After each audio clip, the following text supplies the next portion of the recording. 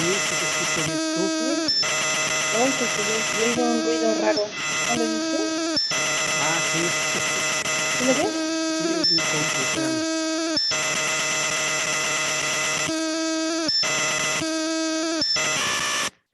Ya, Ya. ¿Qué ¿no? era? Estaba copiando un archivo, pero pues creo que anda mal la USB. Por ahí, Hola, ¿qué tal? Buenas tardes. Hola, Hola, Edgar, buenas ¿qué tal? tardes. ¿Cómo estás? Buenas tardes, bienvenido.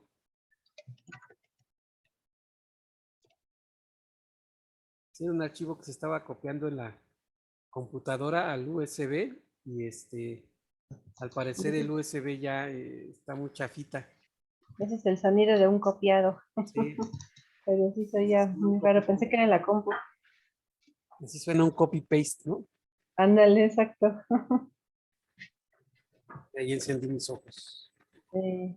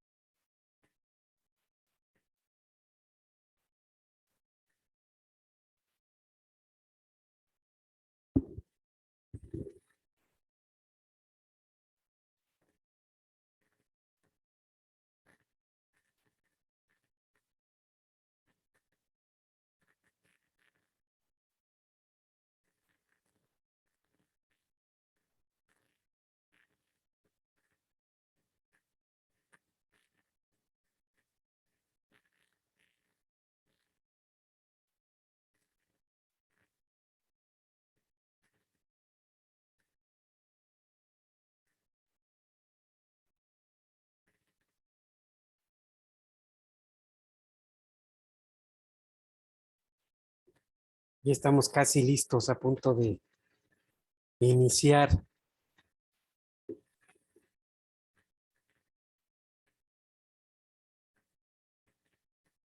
Ahí viene Benjamín, Daniela, qué gusto verla. A Daniela,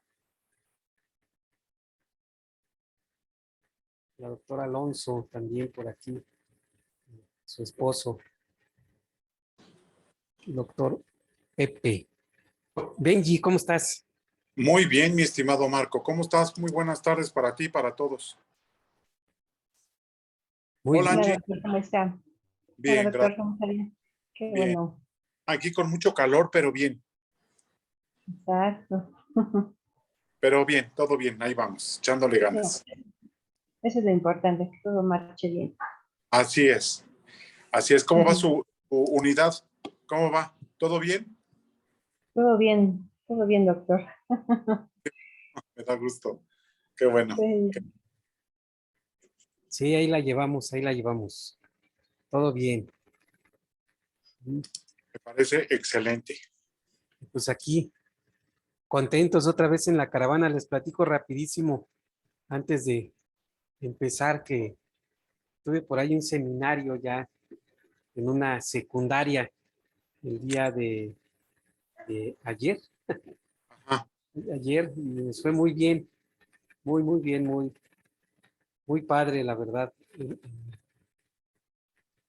ajá. Oye, Secundaria. pero ¿y qué tal la reacción de los chavos? Pues es muy buena, es todo un reto. Es todo un reto, pues hacerte comprender o hacerte entender, ¿no? Luego con esta dispersión normal de los chavos de 12, 15 años.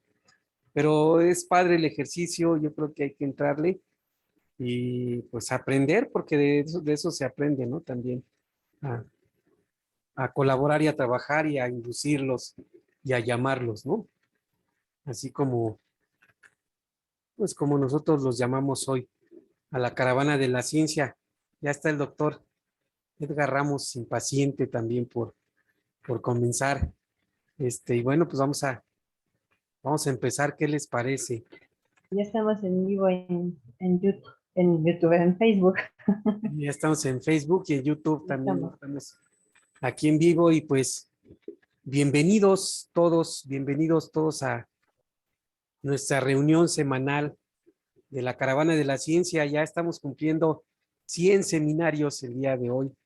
Estamos muy contentos. Es una cifra, pues, 100, 200, 300, 500, siempre son cifras muy llamativas, ¿no?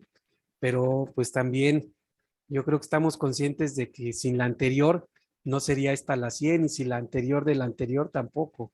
Entonces, yo creo que somos más bien la suma de todos y pues muchas gracias a todos los participantes, a todos los que hacen posible la caravana, Angie, que está aquí, Armando, que en un ratito llega, Benjamín, por supuesto, también, y bueno, pues de manera muy especial recibimos al doctor Edgar Ramos, que también se sumó a esta iniciativa de amigos por la difusión de algo tan bonito y tan noble, creo que es la ciencia, ¿no? Porque en verdad, pues trata de buscar o aproximarse lo más posible a la verdad. Entonces, pues bienvenidos, nuevamente bienvenidos a esta reunión. Y bueno, pues hoy tenemos el gusto, como les decía, de contar con el doctor Edgar Ramos, quien pues estudió en la Universidad Autónoma Benito Juárez de Oaxaca. Además, hizo un postdoctorado. No sé si nos quieras platicar un poquito más de ti. Estás haciendo 2 postdoctorados, ¿no? Hiciste uno, perdón, y ahorita estás iniciando otro, Edgar. Sí. Perdón. Después de la licenciatura hice el doctorado en ciencias biomédicas aquí en la UNAM y después me regresé a Oaxaca y allá hice otra estancia postdoctoral, ¿no? Sobre inmunología del cáncer. Y ahorita estoy aquí en la Facultad de Química de la UNAM haciendo otra estancia postdoctoral, aquí trabajando con cosas de neurología e inmunología. No, pues qué padre, qué interesante y qué bonito que te decidas a colaborar aquí con nosotros. Bienvenido. Y pues damos inicio a tu seminario cuando tú quieras. Yo estoy un poquito nervioso con esto del 100. Ya me lo voy a quitar de aquí. Pero la verdad también estamos muy contentos, ¿no? No es algo tan fácil, pero bueno, Sí. todavía falta mucho y bueno, pues el doctor Edgar Ramos nos va a hablar de ciencia desde casa, el metaanálisis. Así es que, pues bienvenido, doctor, y muchas gracias. Muchas gracias por la oportunidad. Pues bueno, vamos a comenzar. Yo les traje esta plática titulada Ciencia desde casa, el metaanálisis, porque quería hacer hincapié en que el metaanálisis es una forma en que los investigadores hemos comenzado a trabajar desde casa, ¿no? O ahorita con lo de la pandemia, muchos laboratorios, muchos centros de investigación se mantuvieron cerrados por 2 años. Entonces, los investigadores tuvieron que buscar alternativas para mantener su productividad, como la bioinformática, biología teórica, hacer epidemiología y el metaanálisis, ¿no? Entonces, en este caso voy a hablarles en la primera parte sobre cuál es la importancia de los metaanálisis, cómo ayudan a la medicina basada en evidencia. Luego vamos a ver un esquema muy corto de cómo elaborar un metaanálisis. Y por último les voy a presentar un artículo que publiqué este año, que es un metaanálisis de cáncer de mama. Entonces, para mostrar la importancia del metaanálisis, quería utilizar este estudio, que aunque ya es viejito, de 1992, es todo un clásico en mostrarnos la importancia de la síntesis, ¿verdad? Y del metaanálisis para la medicina basada en evidencia. Pero la pregunta que se evalúa en este estudio es: ¿la terapia trombolítica reduce la mortalidad hospitalaria en el infarto agudo a miocardio? Entonces, actualmente, pues la terapia trombolítica es algo cotidiano, no algo rutinario que se utiliza, y su utilidad pues no puede ser puesta en entredicho, ¿no? Es algo ya muy establecido. Pero esto no era así al inicio, ¿no? En 1959 aparece el primer ensayo que evalúa la eficacia de terapia trombolítica para reducir la mortalidad en estos pacientes. Aquí en esta gráfica vamos a ir ploteando los años de los estudios. Aquí RCTs quiere decir ensayos clínicos aleatorizados, es decir, tengo un grupo de pacientes y por el azar formo dos grupos, ¿no? Uno que va a llevar el tratamiento, que va a ser la terapia trombolítica, y el otro grupo que va a llevar un tratamiento placebo. PTS viene siendo el número de pacientes que se trabajaron. Entonces, este primer estudio trabajó con 23 pacientes. Lo que se hizo fue darle a uno la terapia trombolítica y al otro el placebo. Y se vio la tasa de mortalidad hospitalaria de estos pacientes.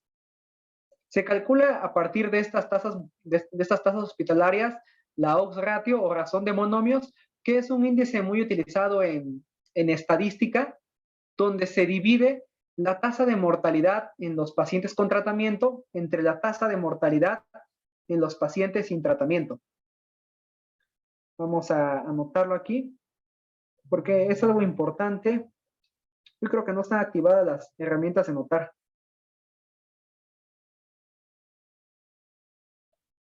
Ok. En esta tasa lo que se hace es hacer la división de la probabilidad de que un grupo de pacientes fallezcan con el tratamiento entre la probabilidad de que fallezcan sin el tratamiento. Entonces, como la mayor parte de los pacientes que fallecieron pertenecían al grupo con placebo, cuando yo hago esta división, me salen números menores a la unidad. Si las tasas de mortalidad fueran iguales, me daría un valor de 1. Entonces, en esta gráfica, el valor de 1 decimos que es la línea de no efecto. Las dos tasas de mortalidad son iguales. El tratamiento no tiene ninguna ventaja comparado con el placebo. Si yo encuentro valores menores a la unidad, es decir, del lado izquierdo, quiere decir que el grupo con tratamiento tiene menor tasa de mortalidad y el tratamiento es útil, ¿no? Es eficiente. En este estudio se encontró una odds ratio de 0.5. Quiere decir que los pacientes con placebo tenían el doble de probabilidad de fallecer, ¿no? Comparado con los que recibían terapia trombolítica. Entonces eso indicaba que el tratamiento podría ser útil. Sin embargo, cuando se calculó el intervalo de confianza para este valor, que viene siendo la raya horizontal que aparece ahí, me dio que ese intervalo de confianza era muy amplio y estaba tocando el valor de no efecto, el valor 1. Quiere decir que no alcanzó una significancia estadística adecuada. Entonces, ¿qué es lo que se hace? Pues se tienen que hacer más ensayos, ¿no? Aumentar el número de pacientes para tratar de disminuir este intervalo de confianza. Entonces, en el año 63 y por el 65 aparecen otros ensayos aleatorizados. Aquí vamos a ir sumando el número de ensayos. Aparece otro, serían 2, y aparece otro, serían 3. Y aquí vamos a ir sumando los pacientes. Serían los nuevos pacientes más los 23 que llevamos. Y luego 149 pacientes más los 65 que llevamos. ¿Sale? Sería una gráfica de datos acumulados. Entonces, conforme van apareciendo más ensayos clínicos, se sigue mostrando todavía la eficacia de la terapia trombolítica, pero el intervalo de confianza todavía no era muy estrecho, entonces había que hacer más ensayos. Entonces siguen apareciendo todavía más ensayos. Vean que en la década del 70 aparecen 4, 7, 10 y 11 ensayos. Y yo ya tengo ahí 2.651 pacientes y se sigue manteniendo el hecho de que la terapia trombolítica reduce la mortalidad. Además, el intervalo de confianza ya no está tocando desde este punto la tasa de no efecto. Quiere decir que esta terapia es significativa. De ahí pues ya podría empezarse a utilizar en la clínica. Pero no fue así. Se siguieron haciendo más y más ensayos aleatorios. Vean cómo a partir del 73 más o menos ya era claro que la terapia funcionaba. Pero por otros 20 años se continuaron haciendo ensayos clínicos aleatorios. Se juntaron 70 ensayos aleatorios con un total de 48.154 pacientes. Pero ¿para qué hacer tanto ensayo? Si ya con los 2.500 que yo tenía acá, ya se había demostrado la eficacia del tratamiento. Se subieron 45.000 pacientes que fueron aleatorizados, ahora sí que sin razón, ¿verdad?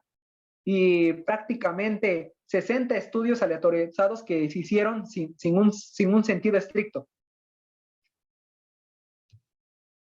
Esta otra tablita que tenemos aquí del lado derecho me representa el número de publicaciones, libros, revisiones, recomendaciones, guías clínicas que fueron apareciendo en esos años. Y se evaluaba si esas publicaciones mencionaban la terapia trombolítica como benéfica para estos pacientes. Entonces, en la década del 65, aunque ya era experimental este tratamiento, en 21 publicaciones que aparecieron, ninguna lo mencionaba.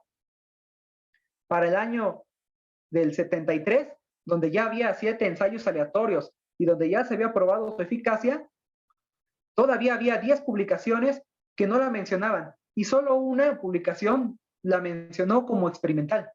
Y eso se mantuvo prácticamente hasta después del año 80. 10 años después de que ya se había demostrado la eficacia de la terapia, esta información no estaba llegando a los libros de texto, no estaba llegando a las recomendaciones ni a las guías clínicas. Prácticamente no se estaba aplicando. Fue hasta cuando empezaron a aparecer algunos metaanálisis que se marcan aquí con la letra M, cuando la información ahora sí ya empieza a llegar a los libros de texto. Vean, prácticamente ya en el 87 es cuando empieza a mencionarse en las publicaciones que la terapia trombolítica era útil para reducir la tasa de mortalidad en el infarto agudo al miocardio. Entonces, este ejemplo antiguo, pero muy interesante, nos muestra la importancia de sintetizar la información. A veces la información está ahí, pero aparecen tantos artículos que no le daría prácticamente al personal de salud leer cada uno de esos. Entonces, ¿qué es lo que hace? Tenemos que sintetizarlos y a partir de esos, pues poder ahora sí que dar las recomendaciones y llevar este conocimiento a la aplicación. Entonces, espero les haya gustado este ejemplo muy interesante de la importancia de los metaanálisis. Ahora vamos a ver qué es un metaanálisis y cómo se realizan. Pues aquí yo le puse que el metaanálisis es la parte estadística de una revisión sistemática. ¿Vale? Yo tengo que hacer una revisión sistemática. Si los estudios son estudios cuantitativos y tienen datos que fueron medidos de manera similar y puedo juntarlos y analizarlos estadísticamente, eso es el metaanálisis. Entonces, para poder definir qué es un metaanálisis, tengo que hablar antes de la revisión sistemática. Una revisión narrativa, como saben, pues es una revisión donde el investigador consulta la información, la sintetiza, la organiza, ¿verdad? Y la analiza. Pero muchas veces estas revisiones narrativas no son exhaustivas, es decir, no se revisan toda la información que ha aparecido hasta el momento. Luego la selección a veces está sesgada porque solamente revisamos las revistas a las que tenemos acceso, ¿verdad? Las revistas que nos da el SciencePub, o muchas veces no estamos de acuerdo con teorías que propone algún colega, entonces emitimos sus artículos. Entonces, para evitar este sesgo de selección de estudios, se plantea que las revisiones deben de incluir una metodología y unos criterios de selección objetivos. Entonces aquí yo enlisto cuáles son las 3 características principales que debe tener una revisión para que sea sistemática. 1, debe enfocarse en una sola pregunta. 2, desarrollar un método para la selección de la evidencia. Y 3, ser objetiva en la selección de la evidencia, o sea, de los artículos. Antes de comenzar a hacer la selección, yo debo de escribir cuáles van a ser mis criterios de selección, qué información estoy buscando, qué pregunta quiero, qué tipo de artículos voy a buscar, casos de corte, ensayos clínicos, y hacer un protocolo como si fuera un proyecto, y ese protocolo pues registrarlo. Entonces ahora vamos a la parte que dice cómo hacer una revisión sistemática. Primero necesitamos formar un equipo de trabajo. La revisión sistemática no se puede evaluar por una sola persona, ya que para evitar el sesgo de selección, se recomienda que al menos 2 investigadores sean los que busquen las referencias y extraigan la información. Y si hubiera discrepancia en algún artículo, si se va a incluir o no, se debe de consultar con un tercer colaborador. Además, también debe incluirse expertos del área de salud, del área donde queramos incidir, para que nos digan cuáles son las preguntas importantes que ellos desean responder. También se incluyen muchas veces personas del área de las matemáticas que manejen bien la parte estadística. El siguiente paso es escribir el protocolo y registrarlo. Entonces, el protocolo lleva la parte de preguntas, objetivos, metodología, toda la parte estadística, y ese protocolo debe de registrar en las plataformas oficiales. Una de ellas es la plataforma Próspero, donde nosotros subimos nuestro protocolo. Allá hay guías, ya hay plantillas de cómo elaborarlo, y ellos revisan que la revisión sistemática no haya sido hecha previamente o que esté registrado un protocolo.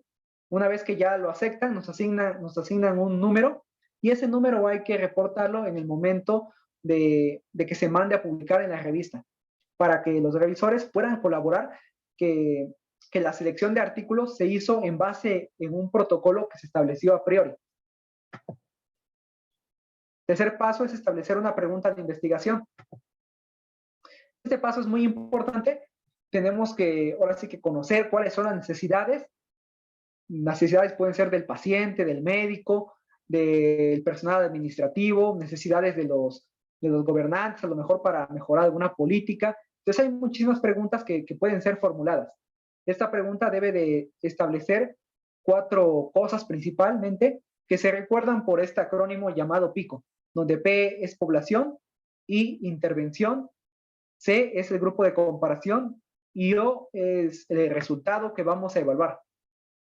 En este ejemplo que pongo acá, los investigadores como población eligieron adultos hombres de edad mediana que sufrieron una amputación y tienen dolor del miembro fantasma. Su intervención pues va a ser el tratamiento con gabapentina para disminuir el dolor, y lo van a comparar contra un placebo. Y el resultado que van a evaluar pues es la disminución de los síntomas del dolor. Entonces estas 4 cosas deben de aparecer en la pregunta, que la redacté de esta manera. Dice, el tratamiento con gabapentina reduce el dolor del miembro fantasma comparado con el tratamiento con placebo en hombres de mediana edad que han sufrido una amputación. Entonces, esa es una pregunta que puede ser utilizada para un metaanálisis. Una vez que ya definí mi pregunta, lo que tengo que hacer ahora es localizar las referencias, los estudios en las bases de datos. Tengo que diseñar palabras clave que busquen esos artículos. Esas palabras clave muchas veces pues vienen siendo las mismas palabras que aparecen aquí en la parte del pico, ¿verdad? En este esquemita. Es decir, la población, que viene siendo la enfermedad, la intervención, sale, y el outcome, el resultado. Entonces, con base en esas palabras, hago mi búsqueda, me va a arrojar muchos artículos, tengo que revisarlos y seleccionar los más adecuados, y el paso 5 pues sería extraer los datos y evaluar el riesgo de sesgo de cada estudio. Existen ya varias encuestas, varios test que me permiten ver la calidad de los estudios, si hicieron grupo control, si fue aleatorizado, si hubo cegamientos en simple, doble y otras características. Una vez que extraigo los datos, los voy a sintetizar, interpretar y sistematizar. Si los datos son cualitativos o son muy heterogéneos, muy dispersos, mi síntesis va a ser una síntesis cualitativa. Va a ser como una revisión narrativa, pero ahora sí yo llevé una metodología y llevé una selección que ya estuvo planteada a priori. En cambio, si mis datos son cuantitativos y son similares, yo puedo hacer esta síntesis de manera estadística y entonces mi revisión sistemática se vuelve un metaanálisis. El siguiente paso pues es escribir el metaanálisis y publicarlo, ¿verdad? Y queda el compromiso de los autores que hacen metaanálisis de actualizarlos. Cada cierto tiempo siguen apareciendo estudios, entonces tienen que incluirlos en su metaanálisis y volver a publicarlo. Si quieren saber más de cómo se realiza un metaanálisis, les recomiendo que visiten la página del Prisma, que es un esfuerzo de formar cuáles van a ser los estándares básicos que debe de llevar un metaanálisis para que sea aceptado para su publicación. Casi todas las revistas que publican metaanálisis piden que esté basado en esta iniciativa. Entonces podemos definir al metaanálisis como la parte de la revisión sistemática cuando los estudios son similares y permiten un análisis cuantitativo. Glass en 1976 también lo definió como el análisis estadístico de una colección grande de resultados de estudios individuales con el propósito de integrar el hallazgo. Y el principal caballito de batalla del metaanálisis viene siendo este esquema, el diagrama de bosque o forest plot. Este diagrama lo que hace es hacer una lista de todos los estudios que yo seleccioné y graficar el valor estimado. Puede ser la tasa de riesgo, la tasa de monomios, la hazard ratio, cualquier valor estadístico, prevalencia, incidencia. Entonces yo lo voy ploteando el valor que me dice cada artículo y también voy ploteando su intervalo de confianza. Va a haber una línea media que es el valor de 1, donde me indica que no hay efecto, como ya mencionamos hace rato para el estudio previo. Lo que va a hacer el forest plot, utilizando un programa estadístico, es sacar un promedio, podríamos decirlo, de todos estos valores y me va a dar un valor consensado a partir de ellos, considerando el número de pacientes, considerando el intervalo de confianza, la desviación estándar. Entonces, este valor estimado en conjunto, pues es como si fuera un resumen de todos los estudios que yo incluí. Si este triangulito consenso me aparece en el centro, me indica que según la evidencia previa, el tratamiento no tiene ventajas contra el placebo. Si me aparece del lado izquierdo, me indicaría que el tratamiento sí tiene ventajas, como en el caso que vimos de la terapia trombolítica. Y si apareciera del otro lado, diría que el tratamiento, pues, mejor es perjudicial, ¿no? O es más benéfico el placebo.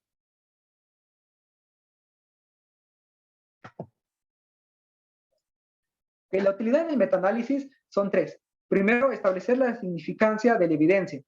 Se sintetiza muchos estudios previos, tienen que ser más de 2, y a partir de eso nos da un resultado que puede ser más válido que cada uno de los estudios individuales.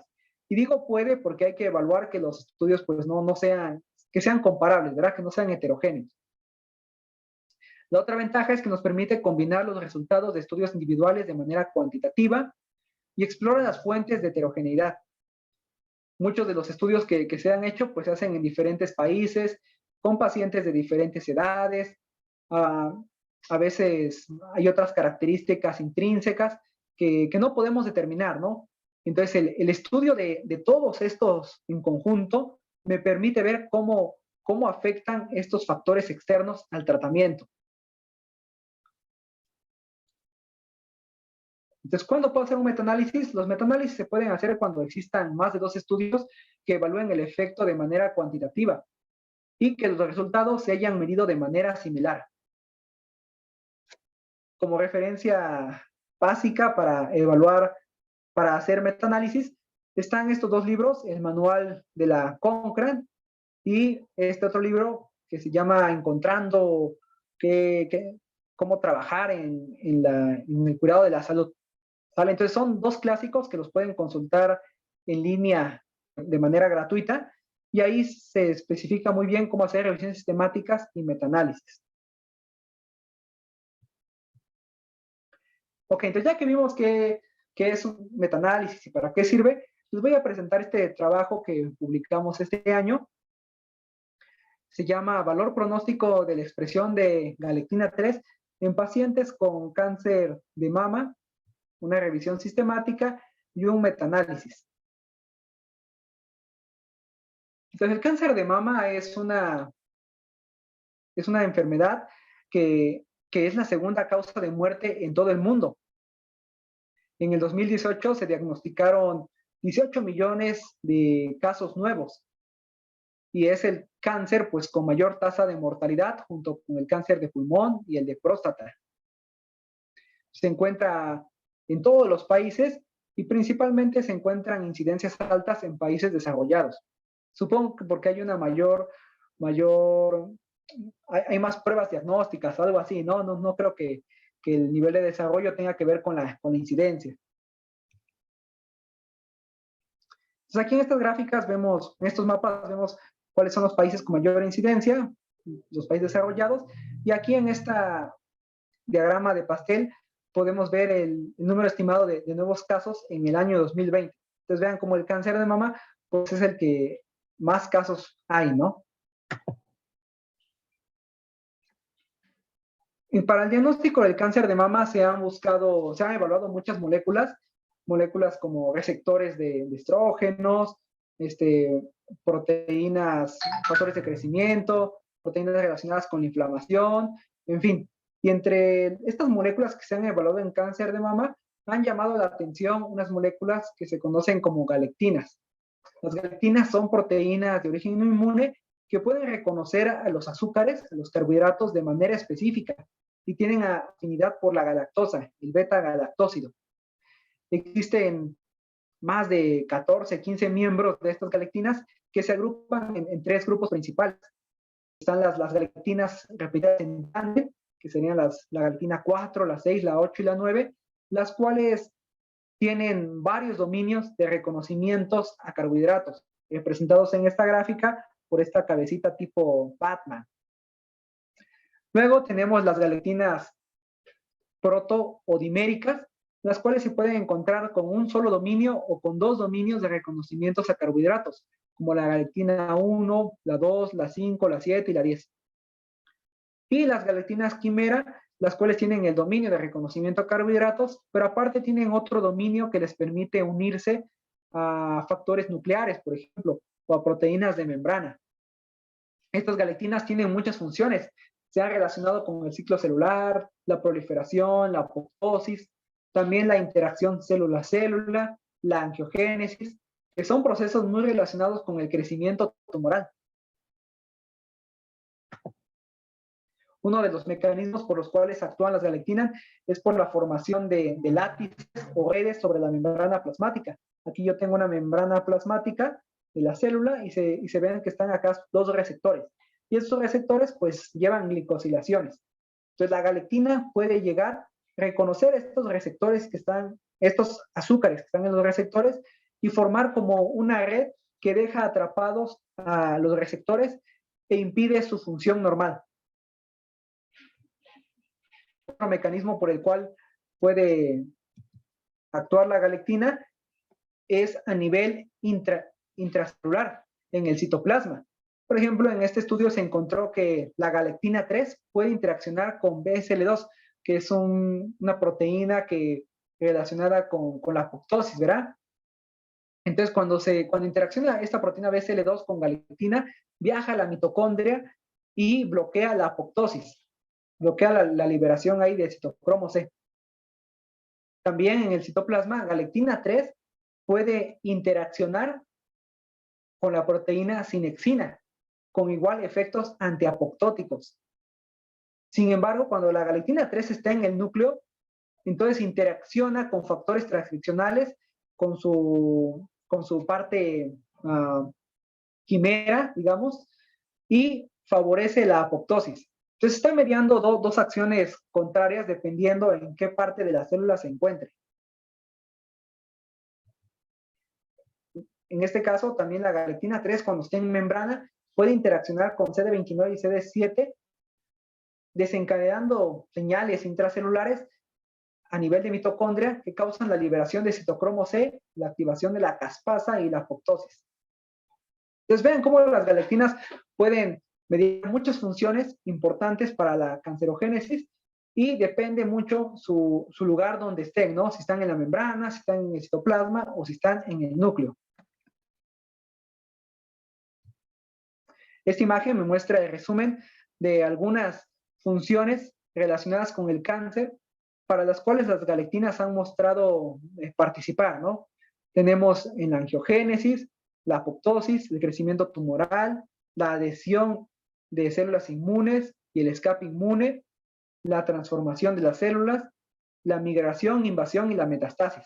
Prácticamente en todos los procesos importantes de las células cancerosas están relacionadas las galectinas. Entonces, como se ha visto que hay relación de las galectinas con el cáncer, varios estudios empezaron a evaluar los niveles de galectinas en pacientes con cáncer para ver si estaba relacionado con la tasa de sobrevivencia. Entonces, nuestra pregunta de investigación era juntar todos esos estudios y ver si los pacientes con cáncer de mama con niveles altos de galectina tienen peor supervivencia. Aquí el grupo de estudio iban a ser pacientes con cáncer de mama. La intervención, en este caso no hubo un tratamiento, pero consideramos como intervención la alta concentración de las galectinas. El grupo control iban a ser los pacientes que tuvieran concentraciones bajas de galectinas. Y lo que íbamos a evaluar, pues iba a ser la supervivencia.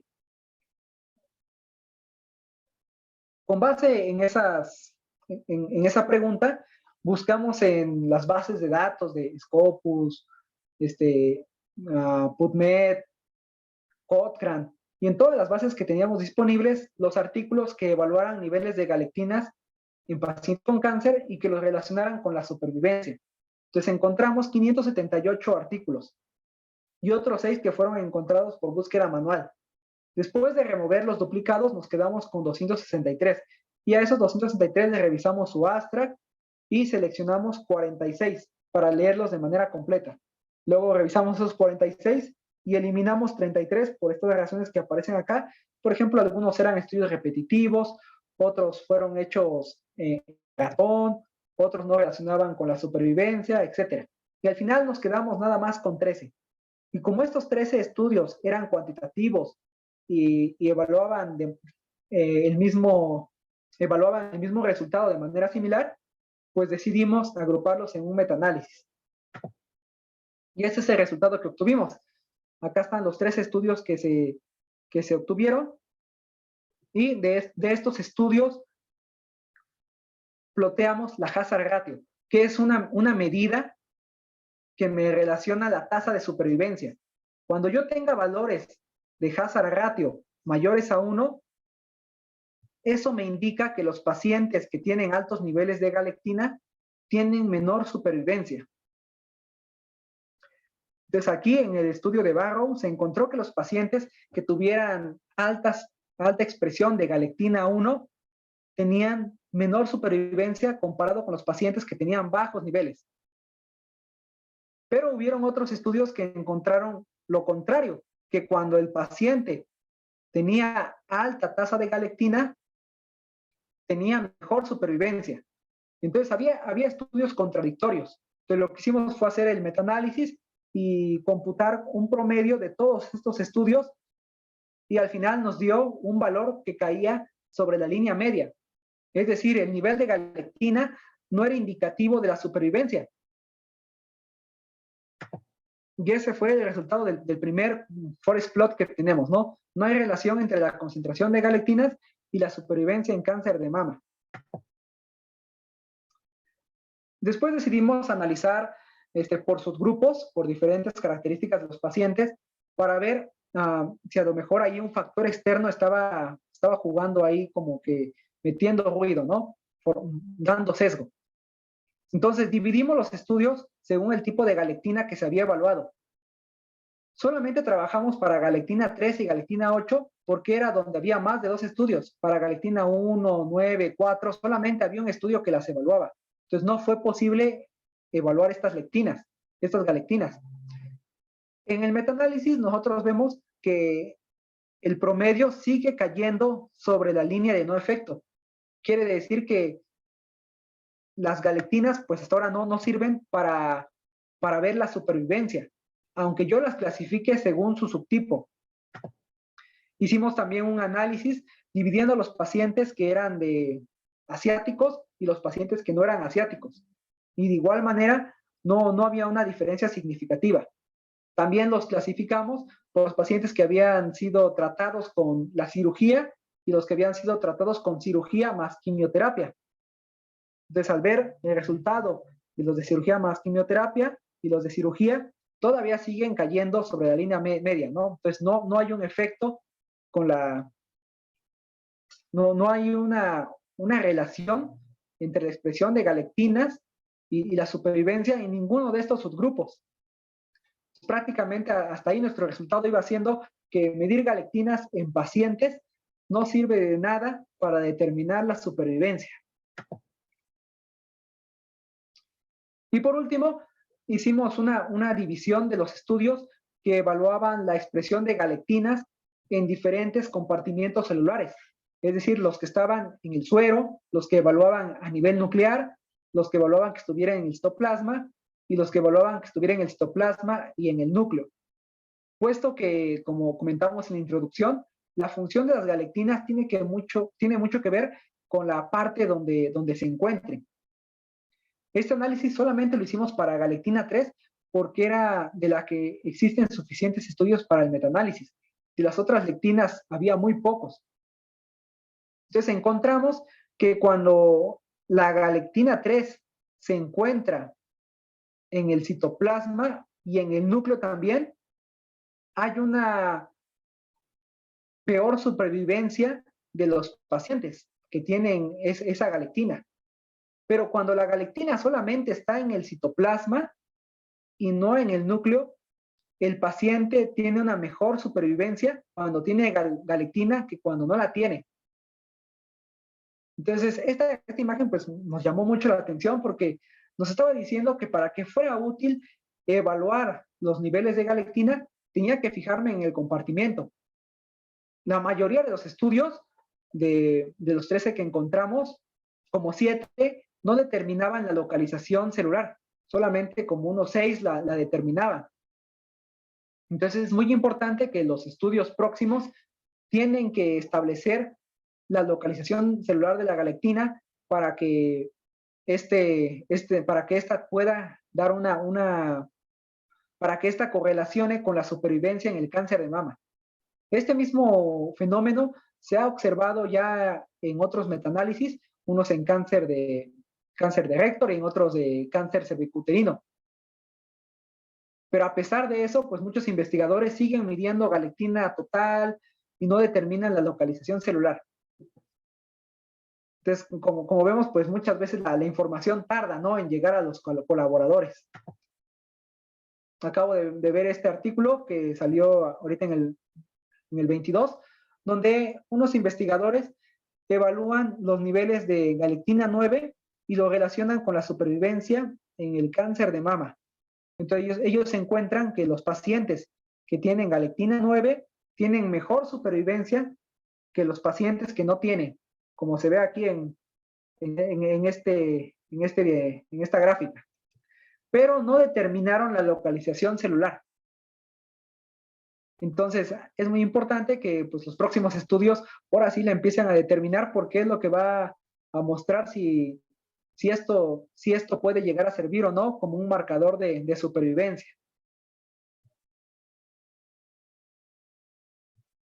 Y pues bueno, eso ya prácticamente todo de la plática. Espero les haya gustado y haya quedado claro cuál es la importancia de los metaanálisis.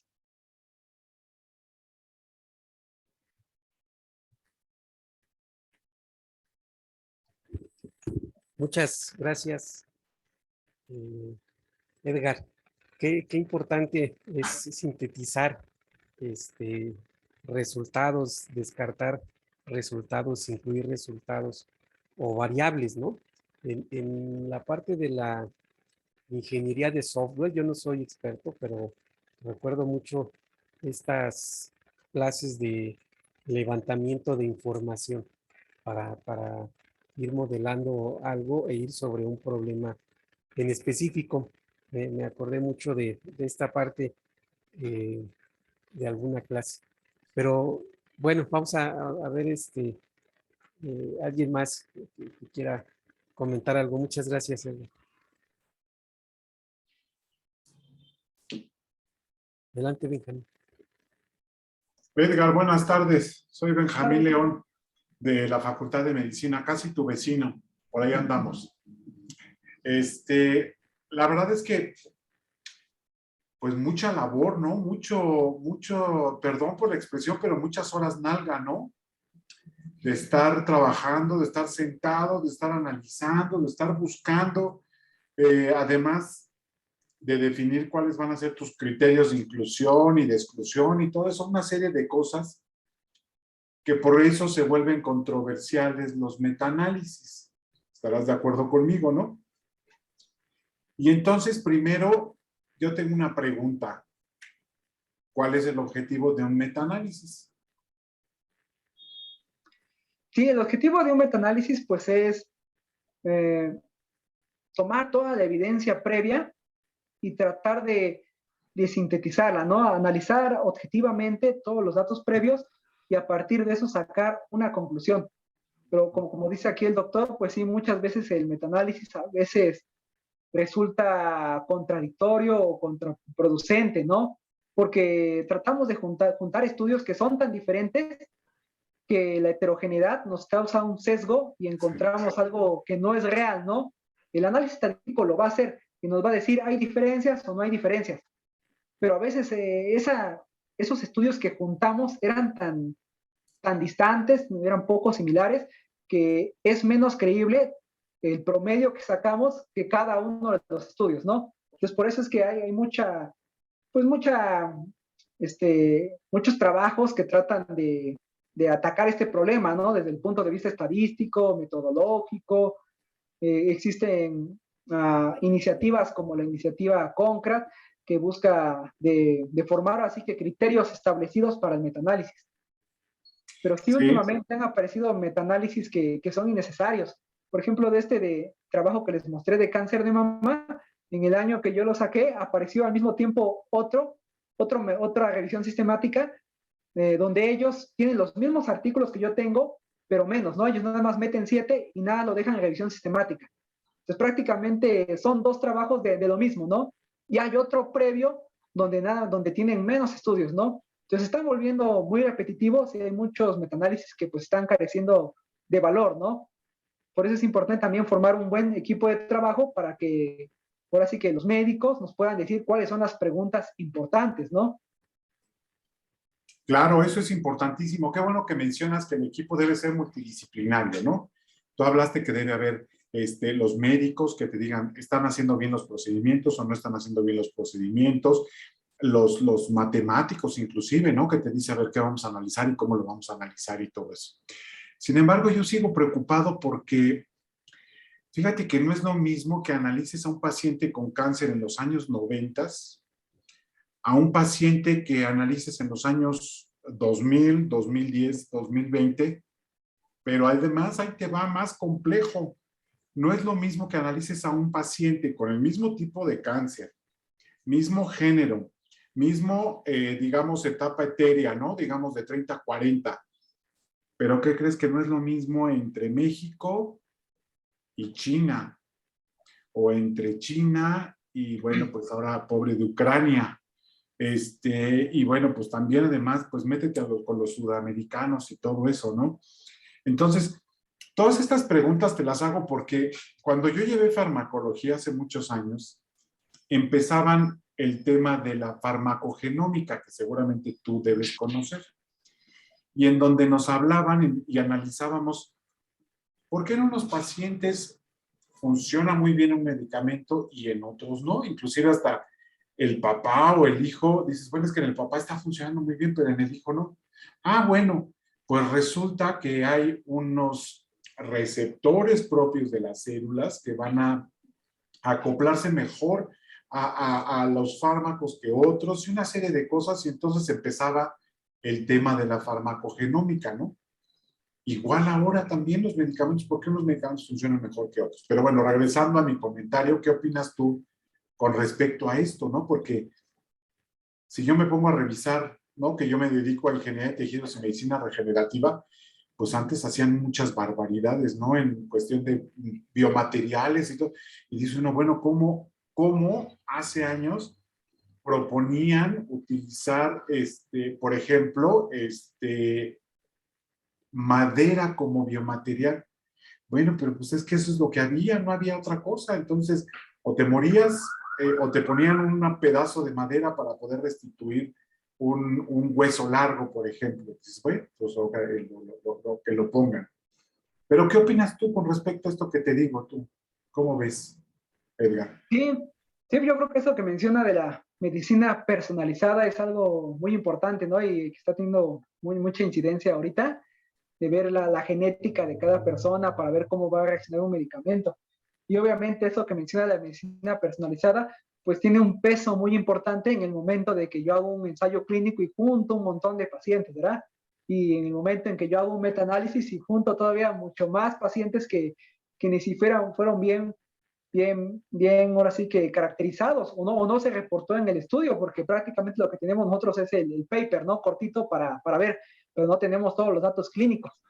Y sí, son cosas que todavía se continúan, ahora sí que tratando de buscar solución, es decir, qué estudios evaluar, como dice, estudios antiguos, a lo mejor la enfermedad ya no se define igual, ¿no? Ya cambiaron los criterios diagnósticos.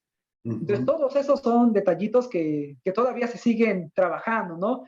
Y hay igual publicaciones que hacen recomendaciones de qué hacer en cada caso, que si cambió el diagnóstico, qué pasó, que si había dos grupos de tratamiento y un grupo control, qué hacer, pero igual es todo un área amplia del metaanálisis, ¿no? Yo creo que todavía queda trabajo para pulir esta herramienta, pero creo que es muy útil y que se ha mostrado, ¿no? Con estudios. Aunque sí, como dice, hay muchos metaanálisis que lamentablemente pues están llenando de información, ¿no? Y muchos de ellos pues son a veces, pues irrelevantes. Sí, sí es Sí, algo muy real. tienes toda la razón y acabas de decir algo bien importante. Se tiene que cuidar muy bien la información que estás utilizando para poderla reanalizar, que eso es un metaanálisis finalmente. Tú estás reanalizando una información que te están presentando a ti. Y creo que tu trabajo es sumamente importante, sumamente cuidado, ¿no? Y que dependerá, es que hay algunos metaanálisis que dices, híjole, qué bárbaros, estos, o yo creo que no tenían nada que hacer y se pusieron a hacer estadística, y además estadística a veces que dices, realmente era necesario aplicar esta estadística aquí, le quieren buscar cosas, le quieren buscar tres pies al gato y dices, no, pues por ahí creo que no va el asunto. Pero creo que en tu caso y en tu equipo, yo creo que están siendo muy serios, están siendo muy cuidadosos y seguramente lo que están publicando es muy serio y muy bueno. Espero que después nos puedas compartir lo que llevan, porque seguramente ha aportado o aporta mucha información relevante, ¿no? Muchas gracias, doctor. Sí, yo creo que un problema, como dice acá de las publicaciones, es que pues, el sistema de evaluación que tenemos aquí, los investigadores, pues hace que ya no tengamos una filosofía, ¿no? Ya no buscamos solucionar un problema. Nuestro objetivo a veces nuestro objetivo de hacer ciencia simplemente es publicar cualquier cosa para que no me quiten el SNI. Y yo creo que es lo que ha llevado a que haya un exceso de artículos sin valor, ¿no? Porque lo único que queremos es que no nos quiten la beca, ¿no? Y se ve muy común, ¿no? Aquí con los colegas. Sí, mientras seamos un país con hambre y con a veces problemas un poco éticos, pues no, nos va a costar todavía un poco de trabajo. Pero muchas felicidades, Edgar, por tu trabajo. Gracias, Está doctor. muy interesante y me da mucho gusto, mucho gusto. Muchas gracias. Gracias. Gracias, Muchas Marcos. gracias. Marcos. Muchas gracias, Benjamín. Marco, Marco. Marco. Muchas gracias. ¿Alguien más que desee participar?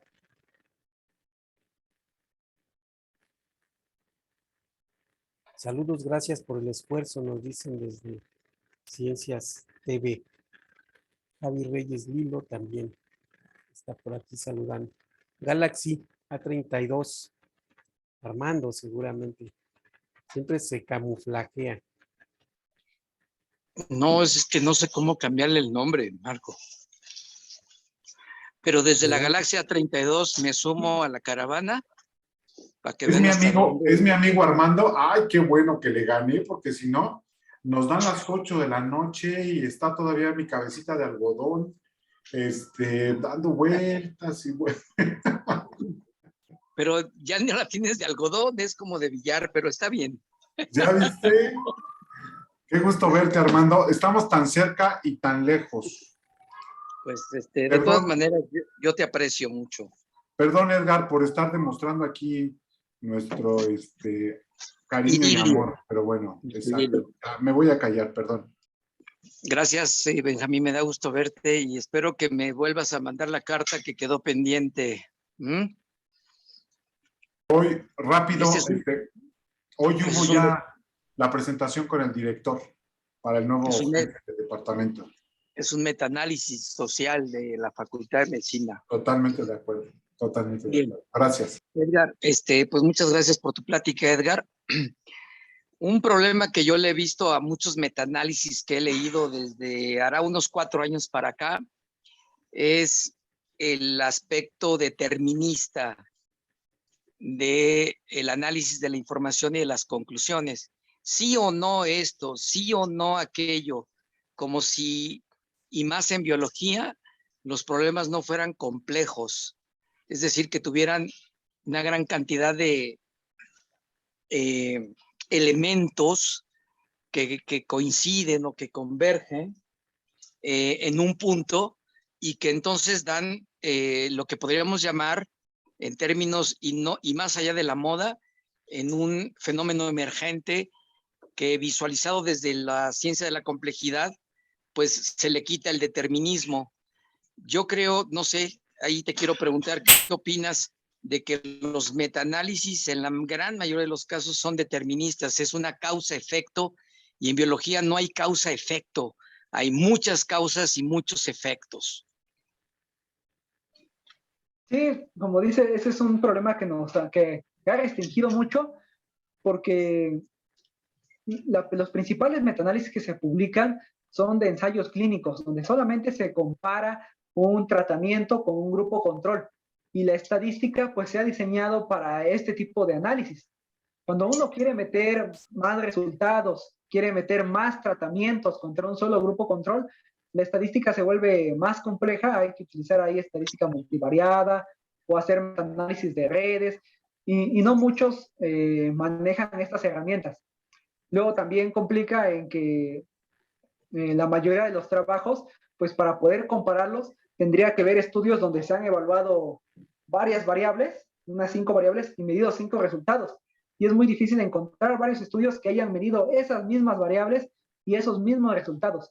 Por eso es que todo eso favorece a solamente, como dice el doctor Armando, tener estudios con una intervención y un resultado, nada más. ¿Vale? Y nos ha llevado, como dice, a tener un punto determinista, ¿no? ¿Vale? Olvidar a veces que los problemas o los fenómenos pues pueden tener varias causas o varios factores que estén ahí jugando un papel importante. Entonces sí, es igual, es una limitante, ¿no? Una limitante de los metaanálisis que hay ahora. Sí, hace poco es antes de la pandemia, porque la pandemia no cuenta. Hace poco estuve en un examen de candidatura de un alumno del Instituto de Ecología y era un metaanálisis para definir el estatus de, y esto le interesa a Benjamín, de una célula troncal. O sea, ¿qué es una célula troncal? Haciendo metaanálisis y una conformación de redes de esa información para saber cuáles son los elementos más, voy a ponerlo así en términos sencillos, más determinantes, de más peso, cuáles son los nodos que pueden quitarse y que la célula troncal siga como célula troncal. Creo que eso es lo que falta muchísimo en lo que tú mencionas de metaanálisis clínico, porque pues la medicina es absolutamente determinista.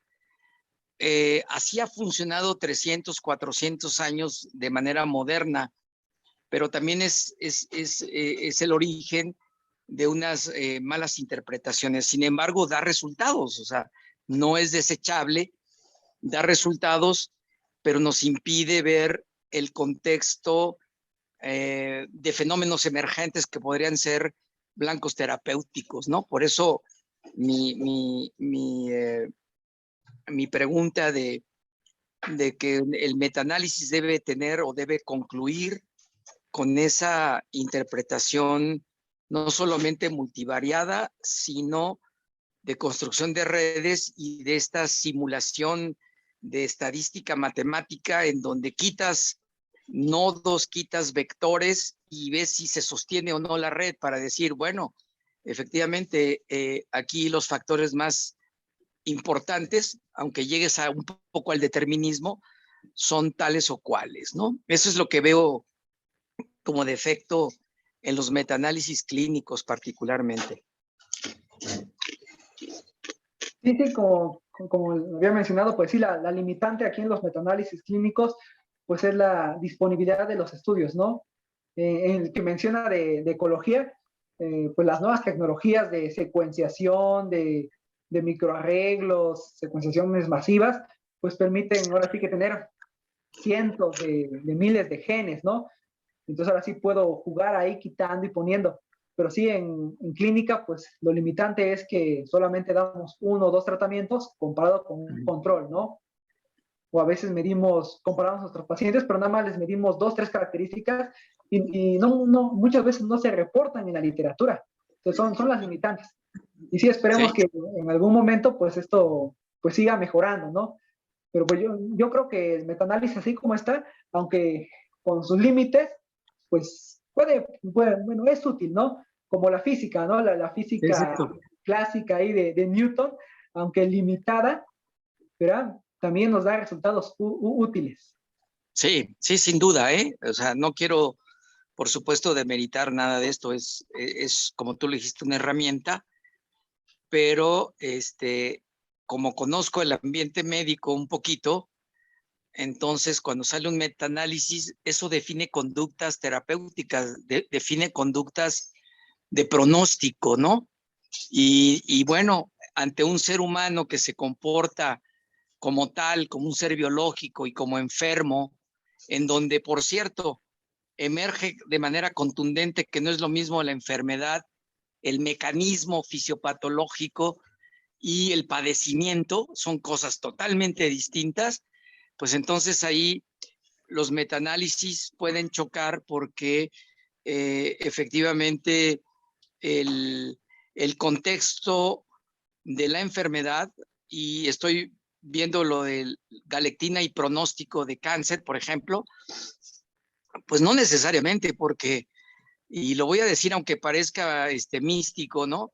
La idiosincrasia, la mentalidad y incluso el concepto del individuo enfermo, por ejemplo, de un cáncer de tiroides, donde se ha involucrado mucho a galectina, pues va a cambiar, a pesar de ser los mismos tratamientos, va a cambiar la sobrevida, porque es un fenómeno biológico, es ante un individuo que tiene diferentes características. Y eso es una de las cosas más complejas, en donde incluso la matemática y la estadística han intervenido, pero periféricamente, para tener 350 años de desarrollo de la medicina sin necesidad de ellas, y que ahí está y que funciona, ¿no? Entonces, creo que esa es otra vertiente que hay que tener en cuenta, pues justamente para bajarle el determinismo y un poco, diría yo, como una vertiente un poco separada de lo que tú nos has explicado muy bien, de las diferencias filosóficas y hasta metafísicas de la enfermedad, ¿no? Que escapan a marcadores, receptores, vías de señalización, etcétera, etcétera. Y hay muchos ejemplos de eso. Pero por supuesto que nos da una guía para tenerlo de referencia, sin olvidar que la enfermedad finalmente ocurre en un individuo con múltiples características que lo hacen distinto de otros que tengan la misma enfermedad. Y esto resalta el viejo aforisma que tiene más de 2000 años de que hay enfermos, no enfermedades, ¿no? Y eso es un dato realmente importante que hay que tener en cuenta.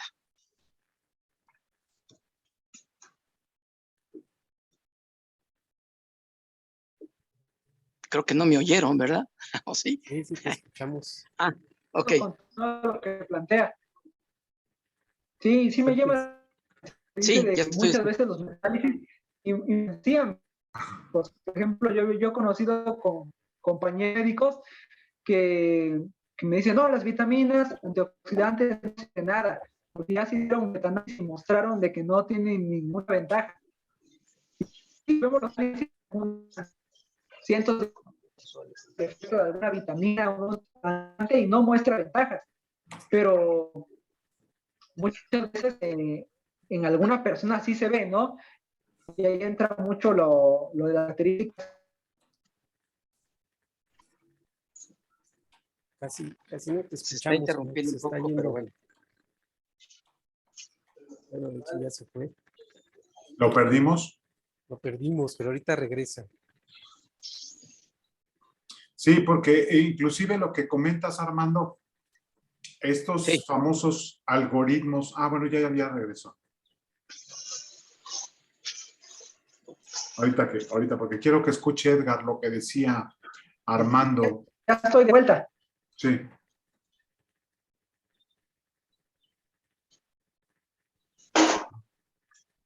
Oye, está más greñudo Armando que yo, ¿eh? No.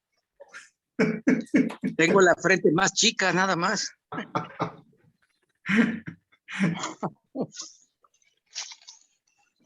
Ya, Edgar, te escuchamos. Ok, listo. Sí, pues nada más comentar eso, ¿no? De que sí, los metaanálisis muchas veces influyen a lo personal de salud, ¿no? Y a veces son muy tajantes. El metaanálisis mostró esto y ya, hasta ahí creen que es la verdad absoluta, ¿no? Pero pues tiene sus limitantes. Y ese creo que es uno de los datos interesantes, es la que define como hasta protocolos de tratamiento y de pronóstico en pacientes. Entonces, bueno, finalmente funciona y es lo que hay. Y como la medicina no tiene leyes, pues entonces es un poco lo que le da el carácter relativamente racional a la práctica médica. Y si hay médicos que me están escuchando, pues a lo mejor van a decir, ¿y este apóstata que está diciendo? Pues sí, la medicina carece de leyes como muchas ciencias, entonces pues así nos guiamos, ni hablar.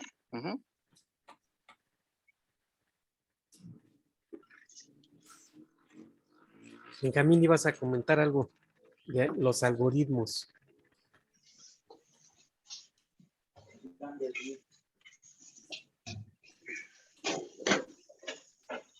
Ya no se escucha. Benjamín, ¿me escuchas?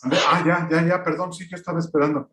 Ok, sí, tiene razón Armando, inclusive era una de las cuestiones que quería yo comentar, y es que desgraciadamente, por lo menos en México, que es lo que conozco, no es lo mismo atender a un paciente en el Hospital General de México al Hospital General de la Perla en Nezahualcóyotl o al Instituto Nacional de Salud Salvador Subirán, ¿no?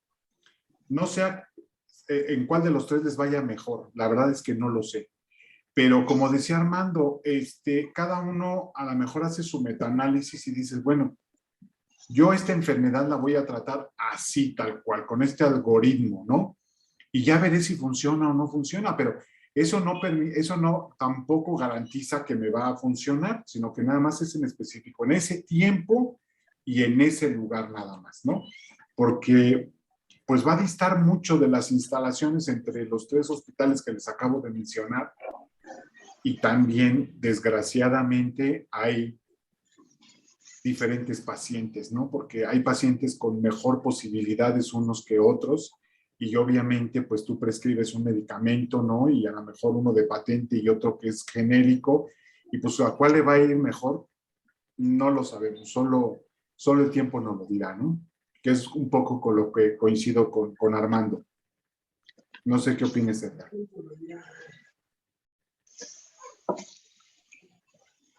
Yo creo que sí es como ya me hemos mencionado, ¿no? Todas esas pequeñas variables se van juntando, ¿no? Y es lo que son las limitantes de metaanálisis. Uh-huh. Sí, así es. Sí, así es. Muchas gracias. Muchas gracias. Hace tiempo, no sé si recuerdan, Armando, Benjamín, tuvimos la presencia de una doctora que mediante un modelo estadístico pudo detectar eventos epilépticos por las señales que iba recogiendo y después las iba metiendo a una base de datos y iba viendo la frecuencia de ciertas señales y decía, este es un ataque epiléptico. Y entonces lo empezaron a ya instrumentar. Me acuerdo que ella estaba en Alemania y se regresó, ya no nos platicó bien si terminó bien el proyecto, por ahí la doctora Alina.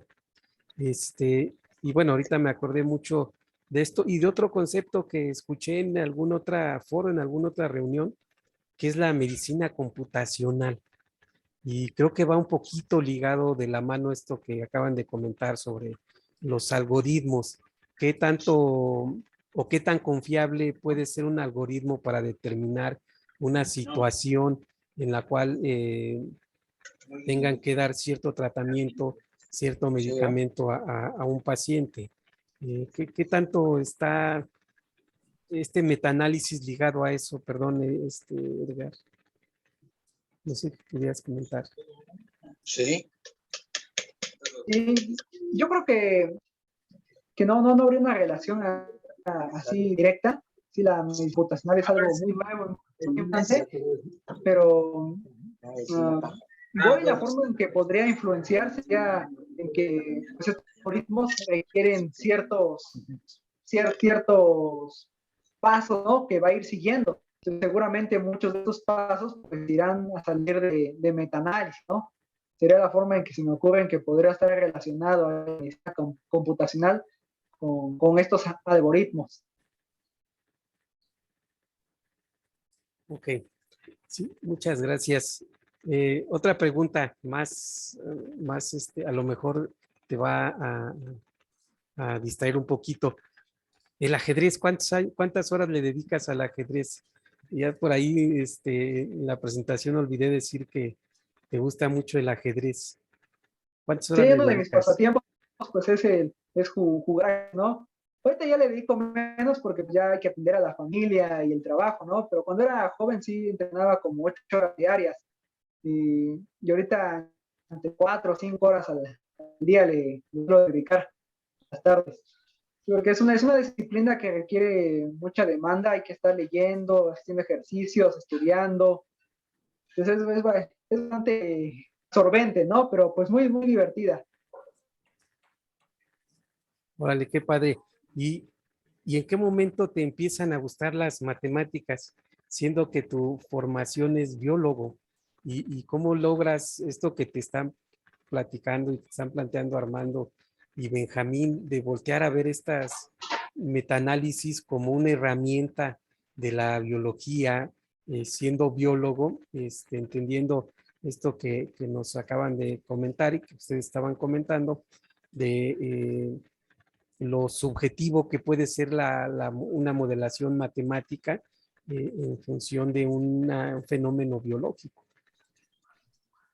Sí, toda esta parte de la matemática pues siempre me ha traído, especialmente en la universidad, estudié en la Escuela de Ciencias de la UATO, allá en Oaxaca.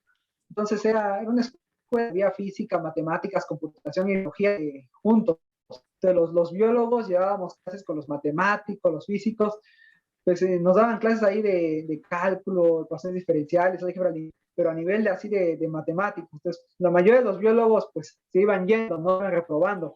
Pero pues a mí me gustó mucho de cómo era la visión de los matemáticos, de no solamente aplicar las matemáticas como un procedimiento, ¿no? Que hagas tu computadora, le metes los datos y que me dé el resultado, sino de entenderla, ¿no?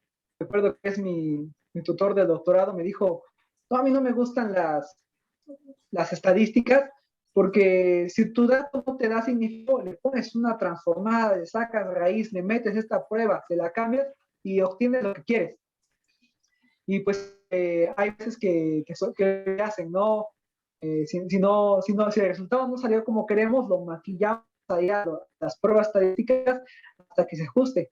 Y no, realmente la estadística es una herramienta y hay pruebas que hay que utilizar en determinadas condiciones. Yo tengo que ver cuál es mi pregunta, tengo que ver cómo medí mis datos y en base en eso elegir la mejor prueba estadística disponible, ¿no? Si no salió, pues no salió, ¿no? Ya no puedo andarle jugando y moviendo, ¿no? Los mismos datos, la misma pregunta es la que me va a indicar la prueba. Entonces, pues de ahí viene mi gusto por esta parte de las matemáticas. Sí, gracias. En ese sentido, la estadística, eso no se da, eso es de que maquillan datos, eso no es cierto. Y tampoco si no sale una prueba van a otra, eso tampoco es cierto, ¿no? Es una pequeña broma, pero me dejas pensando en qué es primero, el planteamiento estadístico o el planteamiento metodológico para obtener variables y después hacer el análisis estadístico. ¿En qué orden va? Porque a veces resulta que lo que comentabas hace rato, si no sale esta prueba, le voy a poner una transformada para convertirla a N y entonces ya me va a dar Z porque la W está muy parecida, ¿no? ¿En qué momento tienes que diseñar un análisis estadístico?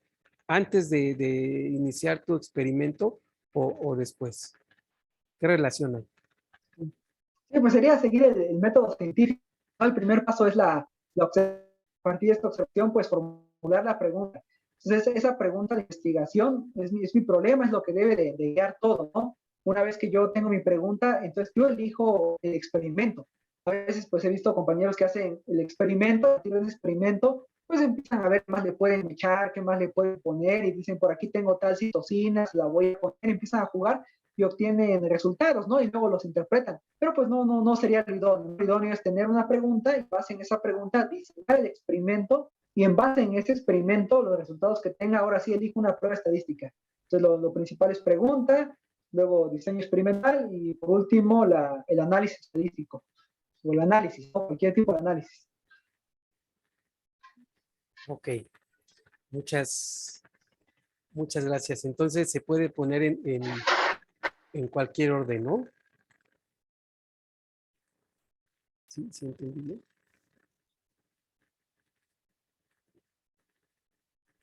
Creo que de repente como que no nos escuchamos. ¿Cuál? ¿Me preguntó algo? Ah, te preguntaba si no importaba el orden. O sea, se puede aplicar al final la estadística y elegir la adecuada en función de tus variables, ¿no? Sí, la estadística va a depender de la pregunta de investigación y de los datos experimentales. Y los datos experimentales dependen de la pregunta. ¿Sí? Entonces, lo primerito es la pregunta de investigación, es lo que va a guiar todo. Ok, pues parte importante, ¿no? De esta formación del planteamiento de una pregunta y cómo responderla. Y, Sí. ¿verdad? Y bueno, vamos a ver aquí. Déjame ver rápidamente aquí en Ciencias TV. Vamos a mandar saludos y agradecerles que nos sigan retransmitiendo a Ciencias TV. Le vamos a agradecer a Alexander, Tere, Víctor, Miguel, Ferni, Matías, Robinson, Isis, Lorenzo, Francisco, Alberto, Ricardo, David, Antonio, Itzel, Vic, Brandon, Miguel, Gabriel, Newlands, Germán, Asael, José, Carlos, Sheila, Manuel, Salvador, que nos están viendo aquí en Ciencias TV, y bueno, aquí en la caravana también a Silvia Lira, Juanita Gentallesca, a Luigi FP, ¿cómo se llama? Ustedes lo conocen, Pineda, doctor Pineda, perdón, mi memoria no anda muy bien. Daniela Galindo, Ana María Espinosa, que también nos siguen mucho. Y bueno, pues vamos a pasar a otra parte de la caravana de la ciencia, Edgar. No sé si quieras comentar algo adicional acerca de los metaanálisis antes de pasar a la hora poética. No, sería todo. Y muchas gracias por la oportunidad y por escucharme. No, gracias a ti.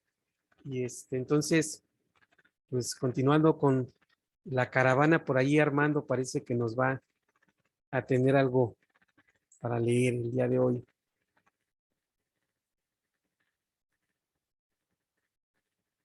Sí, aquí estoy y estoy en problemas porque no sé cuál de mis dos selecciones leerles. Una es muy larga y otra es muy corta. Ya sabes que siempre soy así.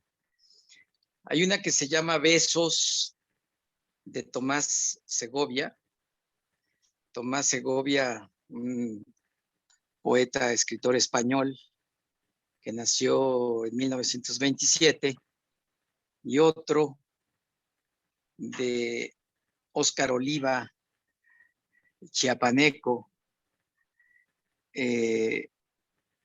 contemporáneo del que a ti te gusta tanto y que a todos también, el de Los Amorosos, y que nació en 1938. Me voy a permitir leer un pedazo de uno y completo el otro, porque ambos son muy buenos. El primero, que se llama Besos, lo voy a tener que cortar, pero se puede continuar si ustedes lo buscan porque es extraordinario. Dice, mis besos, ya me ven, ¿verdad? Mis besos lloverán sobre tu boca oceánica, primero uno a uno como una hilera de gruesas gotas, anchas gotas dulces cuando empieza la lluvia, que revientan como claveles de sombra, luego de pronto todos juntos, hundiéndose en tu gruta marina, chorro de besos sordos entrando hasta tu fondo, perdiéndose como un chorro en el mar, en tu boca oceánica de olaje caliente. Besos chafados, blandos, anchos, como el peso de la plastilina. Besos oscuros, como túneles de donde no se sale vivo, deslumbrantes como el estallido de la fe, sentidos como algo que te arrancan, comunicantes como los vasos comunicantes, besos penetrantes como la noche glacial en que todos nos abandonaron. Besaré tus mejillas, tus pómulos de estatua de arcilla adánica, tu piel que cede bajo mis dedos, para que yo modele un rostro de carne compacta, idéntico al tuyo. Besaré tus ojos más grande que tú toda, y que tú y yo juntos, y la vida y la muerte, del color de la ternura, de mirada asombrosa, como encontrarse en la calle con uno mismo, como encontrarse delante de un abismo que nos obliga a decir quiénes somos, tus ojos en cuyo fondo vives tú, como en el fondo del bosque más claro del mundo, tus ojos llenos de aire de las montañas y que despiden un resplandor al mismo tiempo áspero y dulce, tus ojos que tú no conoces, que miran con un gran golpe aturdidor y me inmutan y me obligan a callar y a ponerme serio, como si viera de pronto una sola imagen toda la trágica, indescifrable historia de la especie, tus ojos de esfinge virginal, tu silencio que resplandece como el hielo, tus ojos de caída durante 1000 años en el pozo del olvido. Besaré también tu cuello liso y vertiginoso como un tobogán inmóvil, tu garganta donde puede morderse la amargura, tu garganta donde la vida se anuda como un fruto que se puede morder, y donde el sol en estado líquido circula por tu voz y tus venas, como un coñac ingrávido y cargado de electricidad. Besaré tus hombros construidos y frágiles como la ciudad de Florencia, y tus brazos firmes como un río caudal, frescos como la maternidad, rotundos como el momento de la inspiración, tus brazos redondos como la palabra Roma, amorosos a veces como el amor de las vacas por los terneros, y tus manos lisas y buenas como cucharas de palo, tus manos como esos pedazos de la noche que de pronto caen revoloteando en la mitad del día, tus manos incitadoras como la fiebre o blandas como el regazo de la madre del asesino, tus manos que apaciguan como saber que la bondad existe. Besaré tus pechos globos de ternura, besaré sobre todo tus pechos más tibios que la convalecencia, más verdaderos que el rayo y que la soledad, y que pesan en el hueco de mi mano como la evidencia en la mente del sabio. Tus pechos pesados, fluidos, tus pechos de mercurio solar, tus pechos anchos como un paisaje escogido, definitivamente inolvidables como el pedazo de tierra donde habrán de enterrarnos, calientes como las ganas de vivir, con pezones delicados, iridiscentes, florales. Besaré tus pezones de milagro y dulces alfileres, que son la punta donde de pronto acaba chatamente la fuerza de la vida y sus renovaciones. Tus pezones de botón para brochar el paraíso, de retoño del mundo que echa flores de puro júbilo, tus pezones submarinos de sabor a frescura. Besaré 1000 veces tus pechos que pesan como imanes, y cuando los aprieto se desparraman como el sol en las trigales. Tus pechos de luz materializada y de sangre dulcificada, generosos como la alegría de aceptar la tristeza. Tus pechos donde todo se resuelve, donde acaba la guerra, la duda, la tortura y las ganas de morirse. Besaré tu vientre firme como el planeta Tierra, tu vientre de llanura emergida del caos, de playa rumorosa, de almohada para la cabeza del rey, después entrar en seco, tu vientre misterioso, cuna de la noche desesperada, remolino de la rendición y del deslumbrante suicidio.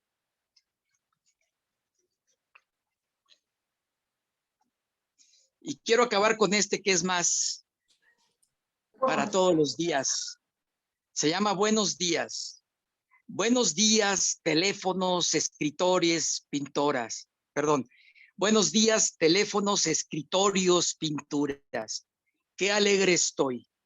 Puede medirse mi alegría por centímetros cuadrados. Puede abarcar kilómetros, kilos de azúcar. El hombre sin piernas entra en la oficina. Buenos días, pedazo de hombre. ¿Qué hace usted a estas horas con su tripa en ayunas? Yo contesto una carta, Buenos Aires o Londres. Veo por la ventana estremecimiento de ferrocarriles. ¿Cómo hacer que el mar participe de todo esto? ¿Cómo traerlo hasta aquí? Enseñarle obediencia, compararlo, vestirlo, darle nuevo azogue, fértiles aserraderos. ¿Y por qué aserraderos? Un timbrazo acelera la sal de mis ideas. Buenos días, señor. Buenos días, señora. Muchas gracias. Espérame tantito. Pregunta eso. Es fácil.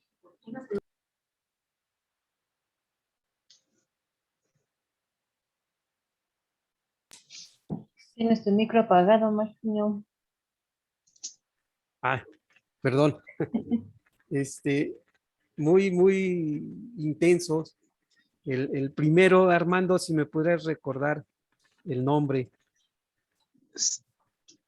Sí, se llama Besos de Tomás Segovia y leí la mitad porque como Sí. vieron va recorriendo el cuerpo, ¿no?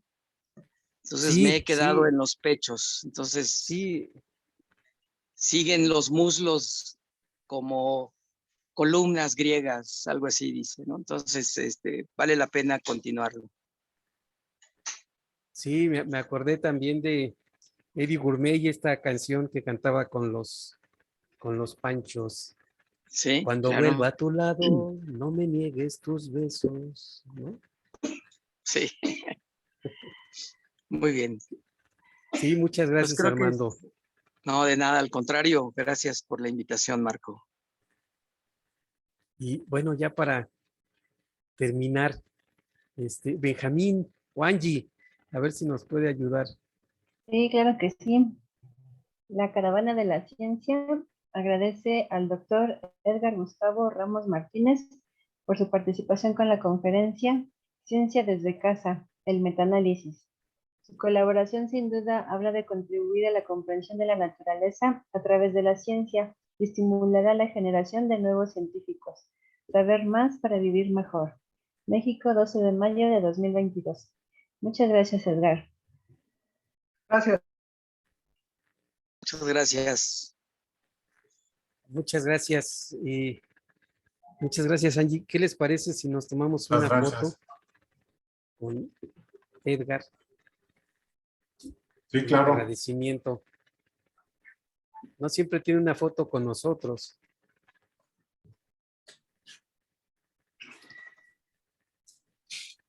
Así es que vamos. Vamos a ver. Sale. 1, 2, 3.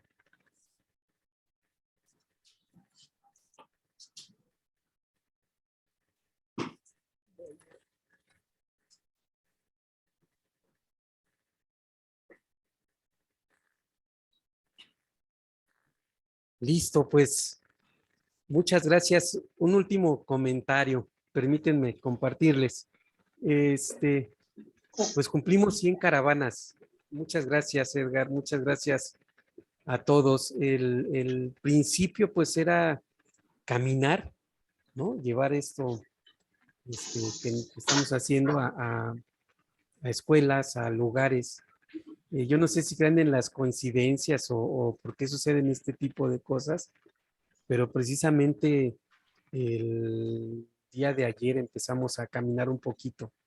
Hubo la oportunidad de ir a una secundaria gracias a la maestra Blanca que nos invitó por ahí. Y bueno, pues ahí estuvimos ya participando.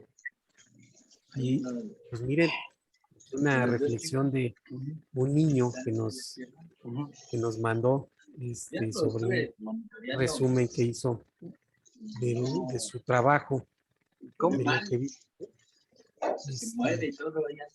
Por aquí hay otro. Entonces, se los quería compartir y los quería invitar y motivar a que empezáramos a hacer andar, caminar, aprovechando que inician los más de 100 seminarios, el 101 seminario, para empezar a aterrizar más esto. Yo creo que es muy necesario, muy necesario.